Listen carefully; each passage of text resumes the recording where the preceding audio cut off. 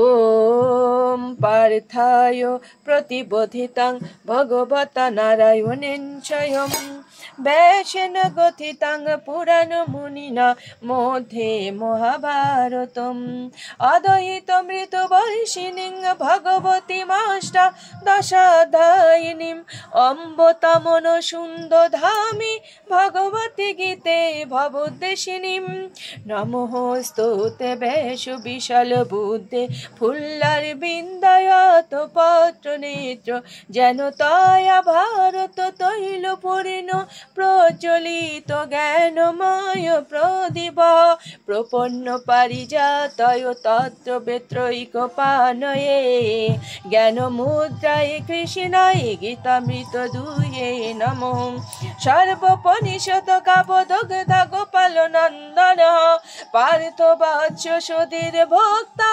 দুগ্ধং গীতমিতং মহৎ বসুদেবং সুতং দেবং কংস চাহানুর মর্দনম দেবকী পরমানন্দং কৃষ্ণং বন্দে জগদ্গুরুম ভীষ্মদ্রোণ তাট জয়দ্রথ জ্বালা গন্ধার নীলোৎপলা শল্যগ্রহবতী কৃপণ বহনি করেন বেলাকুলা অশ্বত্থাম বিকরেন ঘোর মকরা দুর্যোধন বর্তিনী সতী নখলু পাণ্ডবৈরণ নদী কইবার তাক কেশব পরশর্য বচ সরজ মমালং গীতার্থ গন্ধত কটং ননখেন কেশরং হরি কথা সম্বোধন বোধিতম লোকে সজ্জন ষড পদৈরহারঃ পেপীয়মানং মুদা ভুয়াত ভারত পঙ্কজং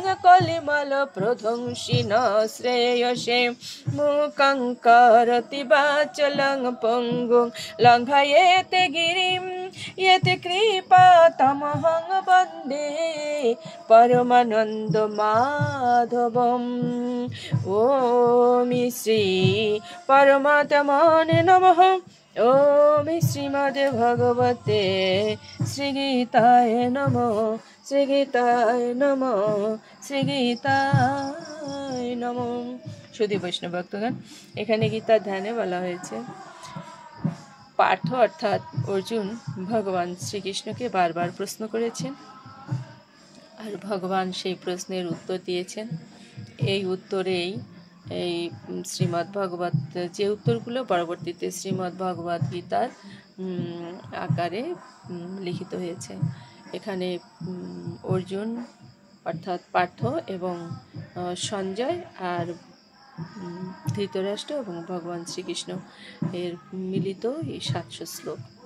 এখানে এই ধ্যানে বলা হয়েছে যে পার্থ অর্থাৎ অর্জুন বারবার যে ভগবানকে প্রশ্ন করেছেন, ভগবান সেই উত্তরে বলেছেন, সেগুলোই যে লিপিবদ্ধ করেছেন ব্যাসদেব। বলছে ব্যাসদেবের ফুল্লার বিন্দায়ত পত্র নেত্র, অর্থাৎ পদ্ম ফুলের মতো ওনার চক্ষুদায়, ওনার চক্ষুদায় পদ্ম ফুলের মতো বলেই উনি এত সুন্দরভাবে এই শ্রীমদ্ ভগবত গীতাকে লিপিবদ্ধ করতে পেরেছেন। এবং এখানে আরও বলা হয়েছে সর্ব উপনিষদ গাবদগ্ধ গোপাল নন্দন পার্থবৎস সুধীর ভোক্তা দুগ্ধং গীতা মিতং মহৎ, অর্থাৎ শ্রীমদ্ ভগবত গীতা হচ্ছে সর্ব উপনিষদের সারবস্তু। সনাতন ধর্মে যত উপনিষদ আছে সমস্ত উপনিষদের সার বস্তুই হচ্ছে শ্রীমদ্ ভগবত গীতা। এই কারণেই গীতা হচ্ছে সর্বশ্রেষ্ঠ গ্রন্থ। এই ধ্যানে আরও বলা হয়েছে যে শ্রীমদ্ ভগবত গীতা অর্জুন ভগবানকে প্রশ্নোত্তরের মাধ্যমে পেয়েছেন, সেই শ্রীমদ্ ভগবত গীতাকে তুলনা করা হয়েছে গাভীর দুগ্ধের সমান। এবং এই যে দুগ্ধ, এই দুগ্ধ পান করছেন সুধীর ভোক্তা, আমাদের মতোই ভক্তরা এটা পান করছেন বা উপকৃত হচ্ছেন, এবং আমাদের মুক্তির সনদ হচ্ছে শ্রীমদ্ ভগবত গীতা।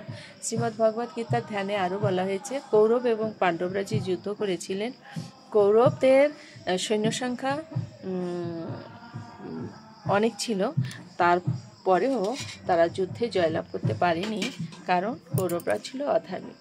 আর পাণ্ডবদের সৈন্য সংখ্যা সীমিত থাকার পরেও তারা যুদ্ধে জয়লাভ করেছিল, কারণ স্বয়ং ভগবান তাদের সেই যুদ্ধে রণতরী কাণ্ডারী ছিলেন। ভগবান পাণ্ডবদের কাণ্ডারি ছিলেন বলেই তারা জয়লাভ করতে পেরেছিল।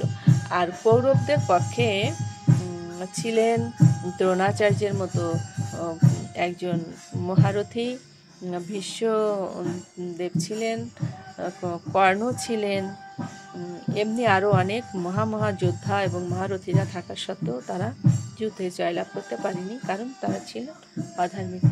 ভগবান যাকে কৃপা করেন, স্বয়ং শ্রীকৃষ্ণ যাকে কৃপা করেন, সে অনায়াসেই জয়লাভ করতে পারে।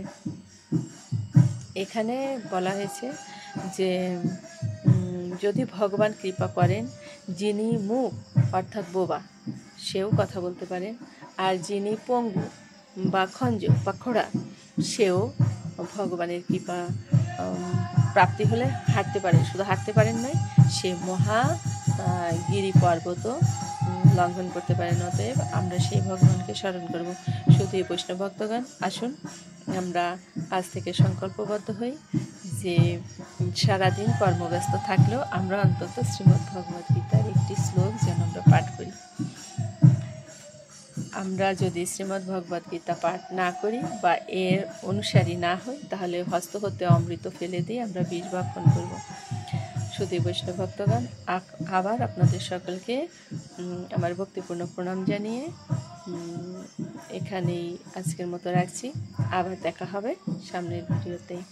অজ্ঞানতিমিরান্ধস্য জ্ঞানাঞ্জন শলাকায় চক্ষুরুন্মিলিতং যেন তস্मै শ্রী গুরুবে নমঃ।